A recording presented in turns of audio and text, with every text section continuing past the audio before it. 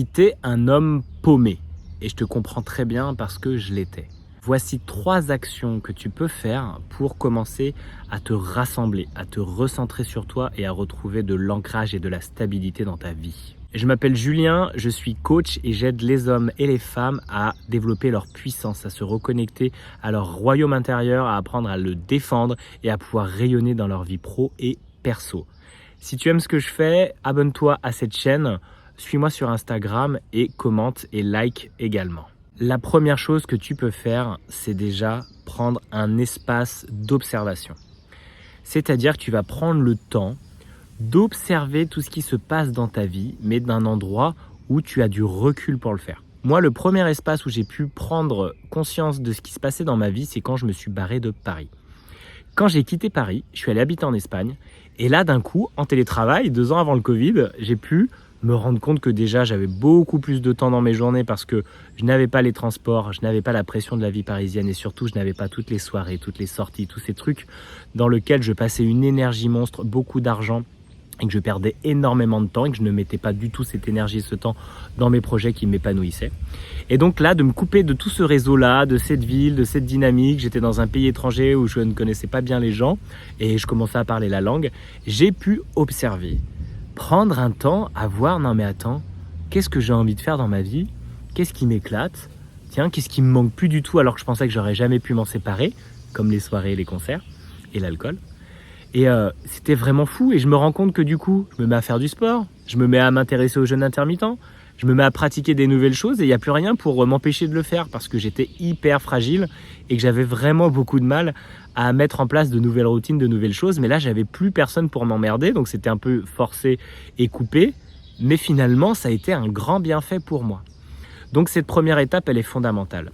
Tu prends de l'espace pour observer, c'est-à-dire que tu peux partir 3 jours, 1 semaine tout seul dans un endroit, dans une baraque, sur une île où tu veux, tu vas en Bretagne ou autre, tu prends un espace pour toi. Tu peux faire une retraite spirituelle, je suis allé partir 7 jours chez des moines. Et au moins, je suis en silence et je suis concentré que sur moi. Je mets mon téléphone en dehors et je suis là, concentré, et j'observe ce qui se passe. Oui, c'est inconfortable, mais qu'est-ce que c'est kiffant à la suite de ça, de voir tout ce que tu vas pouvoir faire émerger une fois que tout ce bruit extérieur s'est arrêté, ralenti. Donc c'est vraiment une étape fondamentale que de prendre un espace d'observation coupé de son quotidien, avec sa famille, ses enfants, avec sa copine, avec son boulot, avec tout, mais des vacances où tu vas vraiment faire de l'introspection et tu vas observer tout ce qui se passe en toi. La deuxième chose, c'est de commencer à parler.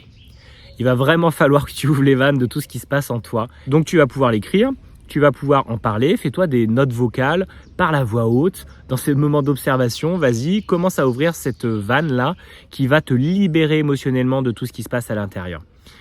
Et tu verras, c'est assez magique parce que souvent, tu vas dire j'ai rien à raconter. Et en fait, tu as plein de choses qui viennent si tu restes un peu assis à ta table ou que tu commences à ouvrir le champ. Il y a des super questions que tu peux te poser, vraiment d'introspection sur ta vie. Il y a vraiment des trucs que tu peux aller voir. Il y a des très bons PDF par rapport à ça, il y a des bonnes vidéos YouTube, j'en ferai sûrement aussi pour t'aider et te guider dans de l'introspection. Si tu veux, tu peux faire aussi un rendez-vous gratuit avec moi de 15-20 minutes et je pourrais t'aider à te poser déjà les bonnes questions pour ce moment d'observation. Ça peut être aussi un très bon élan pour toi.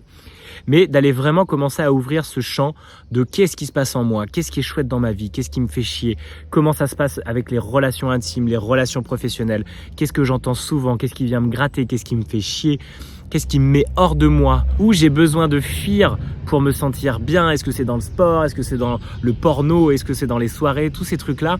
Regarde toutes tes stratégies d'évitement de vivre tes émotions. Et donc, ça te permet de les voir et de les poser sur le papier. Ça va être inconfortable, mais tu vas voir, tu vas kiffer. Donc, cette deuxième étape de l'écrire, de parler, de sortir ce qui est à l'intérieur de toi est fondamentale également.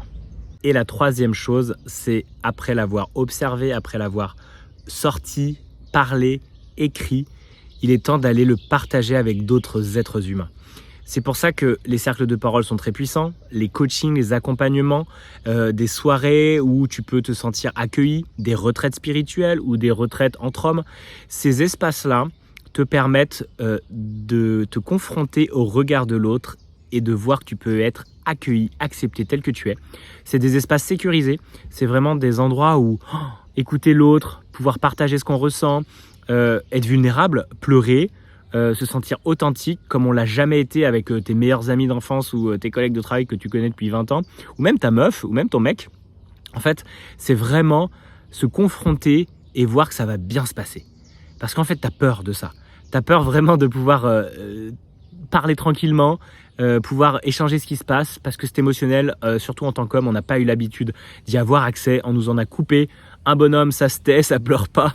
La virilité, c'est voilà combien de verres je peux picoler, combien de temps je peux durer et le nombre de femmes que je vais ramener. Non, c'est des grosses conneries tout ça.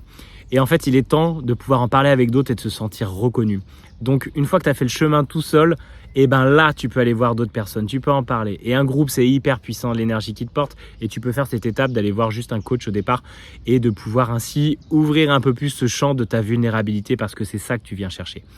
C'est ça, cette part qui te manque, cet équilibre que tu as besoin d'avoir, cette part yin, cette part féminine en toi. Embrasser les deux, les accueillir. Et c'est là où tu vas récupérer ta puissance, ton calme, ta sérénité et que tu vas pouvoir aller et te mettre en action vers quelque chose de beaucoup plus vertueux pour toi, pour ta vie pro, pour ta vie perso, pour tes relations et ça va changer ta vie. Ça a changé la mienne et ces 3 étapes ont été fondamentales. Donc je t'invite vraiment à les suivre et à me mettre en commentaire ce que ça te fait quand tu écoutes ça. Et si tu fais ça, si tu vas sur ce chemin-là, n'hésite pas. Et puis tu m'envoies un petit message en privé si tu veux témoigner tranquille, sans que personne te regarde, en toute confidentialité. N'hésite pas à le faire également. Et je serai en joie aussi de te recevoir en rendez-vous découverte. N'hésite pas à m'envoyer un message, toutes les infos sont dans la description. Merci pour ton écoute et je te souhaite plein de belles énergies et plein de force dans ces traversées et dans cette vie qui t'appelle. Si tu es arrivé jusqu'au bout, c'est que tu es en chemin et bravo à toi.